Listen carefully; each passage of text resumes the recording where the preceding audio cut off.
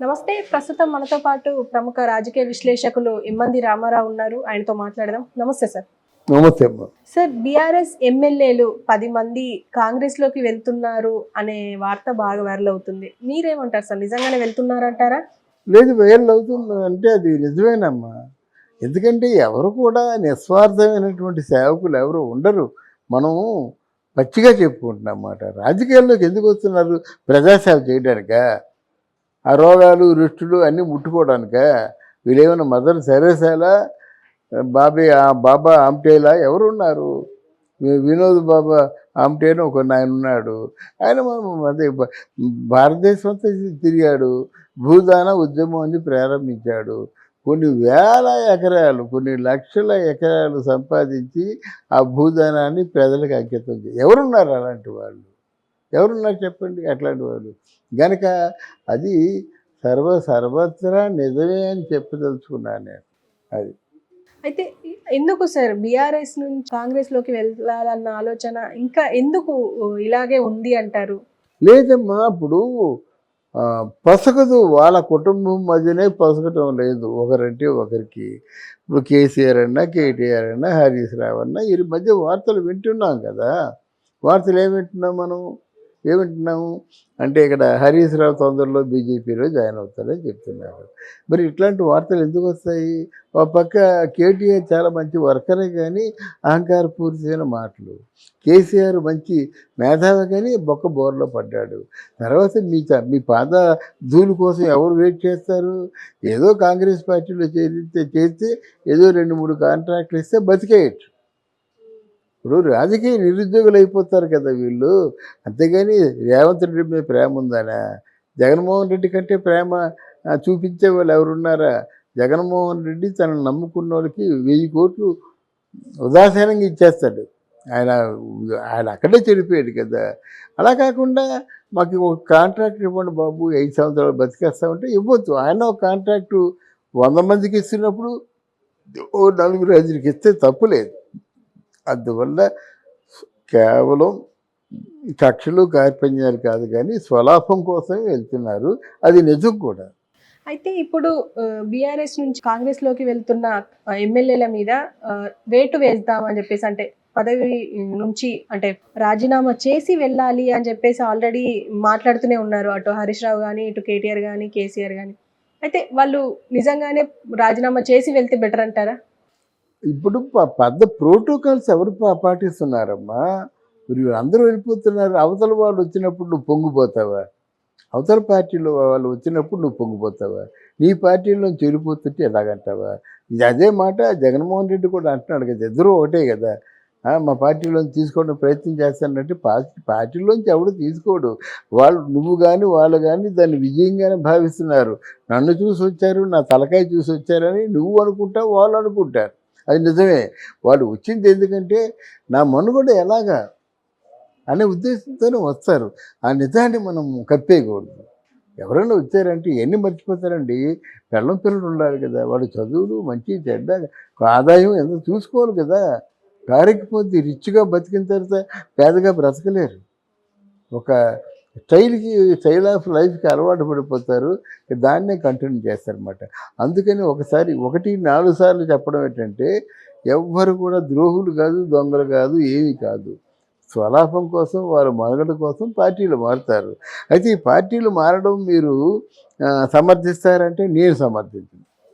ఎందుకంటే రెండో పెళ్లి చేసుకున్నట్టే లెక్క నా దృష్టిలో. ఎవరో తాళి కట్టారు, ఉన్నావు, కష్టమైన సుఖమైన ఆయనతోనే ఉండాలి. ఆయన తాళి కట్టేవాడికి ఏముంటాయంటే మొదటి రోజు నుంచి ఎన్ని రోజులైనప్పుడు కూడా తన సమస్త బాధ్యతలు తను ఎత్తుకోవాలి. సమస్త బరువు బాధ్యతలను చూసుకోవాలి కదా. అందులో నువ్వు ఉన్నావు కదా, భరించడానికే భార్య వేయవు అంటే ఊరుకోరు కదమ్మా.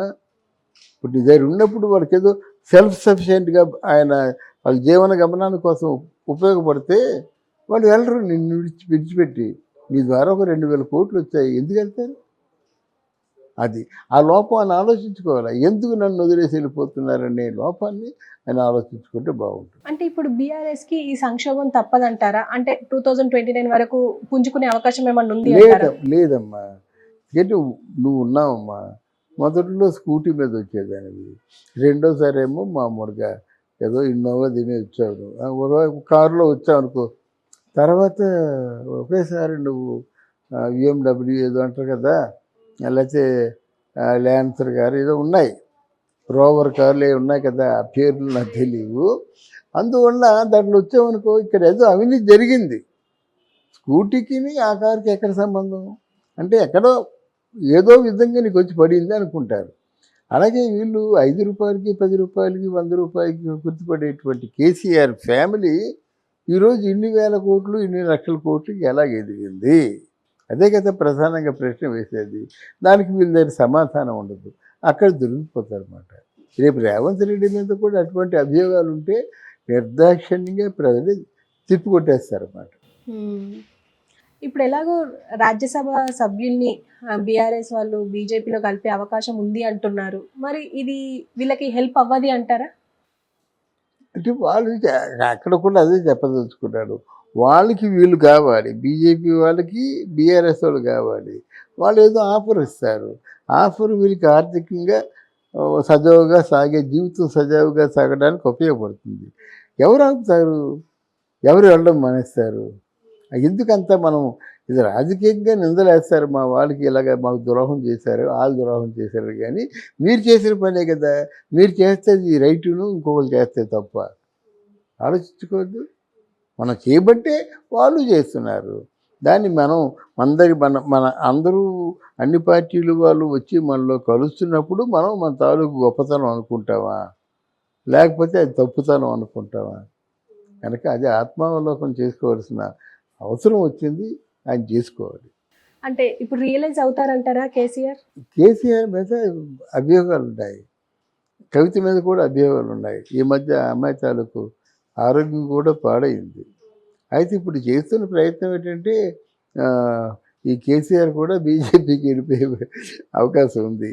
ఎందుకంటే లేకపోతే వాళ్ళ చేతిలో పవర్ ఉంది, ఏమైనా చేయగలరు. ఇది రాజకీయంలో ఈ కొత్త స్టైల్ ఆఫ్ వాకింగ్ అందరినీ ఆశ్చర్యపరుస్తుంది. ఈ రేపు ఉదయంలోగా అరెస్ట్ చేయాలంటే నువ్వు ఎన్ని విట్నెస్లు తెచ్చుకున్నా ఎవడు కోర్టులు పట్టించుకోవు, సుప్రీంకోర్టులు పట్టించుకోవు. ఇప్పుడు పెద్ద ప్రోటోకాల్స్ ఎవరు పాటిస్తున్నారమ్మా? మీరు అందరూ వెళ్ళిపోతున్నారు. అవతల వాళ్ళు వచ్చినప్పుడు నువ్వు పొంగిపోతావా? అవతల పార్టీలో వాళ్ళు వచ్చినప్పుడు నువ్వు పొంగిపోతావా? నీ పార్టీలోంచి వెళ్ళిపోతుంటే ఎలాగంటావా? ఇది అదే మాట జగన్మోహన్ రెడ్డి కూడా అంటున్నాడు కదా, ఇద్దరూ ఒకటే కదా. మా పార్టీలోంచి తీసుకోవడం ప్రయత్నం చేస్తానంటే పార్టీలోంచి ఎవడు తీసుకోడు. వాళ్ళు నువ్వు కానీ వాళ్ళు కానీ దాన్ని విజయంగానే భావిస్తున్నారు. నన్ను చూసి వచ్చారు, నా తలకాయ చూసి వచ్చారని నువ్వు అనుకుంటావు, వాళ్ళు అనుకుంటారు. అది నిజమే. వాళ్ళు వచ్చింది ఎందుకంటే నా మనుగడ ఎలాగా అనే ఉద్దేశంతోనే వస్తారు. ఆ నిజాన్ని మనం కప్పేయకూడదు. ఎవరైనా వచ్చారంటే ఎన్ని మర్చిపోతారండి? పిల్లలు ఉండాలి కదా, వాడు చదువులు మంచి చెడ్డ ఆదాయం ఎంత చూసుకోవాలి కదా. కారెక్కిపోతే రిచ్గా బతికిన తర్వాత పేదగా బ్రతకలేరు. ఒక స్టైల్ ఆఫ్ లైఫ్కి అలవాటు పడిపోతారు, దాన్నే కంటిన్యూ చేస్తారనమాట. అందుకని 1-4 సార్లు చెప్పడం ఏంటంటే ఎవ్వరు కూడా ద్రోహులు కాదు, దొంగలు కాదు, ఏమీ కాదు. స్వలాభం కోసం, వారి మనుగడ కోసం పార్టీలు మారుతారు. అయితే ఈ పార్టీలు మారడం మీరు సమర్థిస్తారంటే నేను సమర్థించను. వాళ్ళకి ఇష్టం ఉంటే ఉంచారు, ఇష్టం లేకపోతే వెంటనే పంపించేస్తారు అంతే. దాంట్లో నువ్వు నేను అనేటువంటి తారతమ్యం ఉండదు. ఇది సరికొత్త రాజకీయం మోజీ గారి. Okay sir, thank you. Thank you అమ్మా.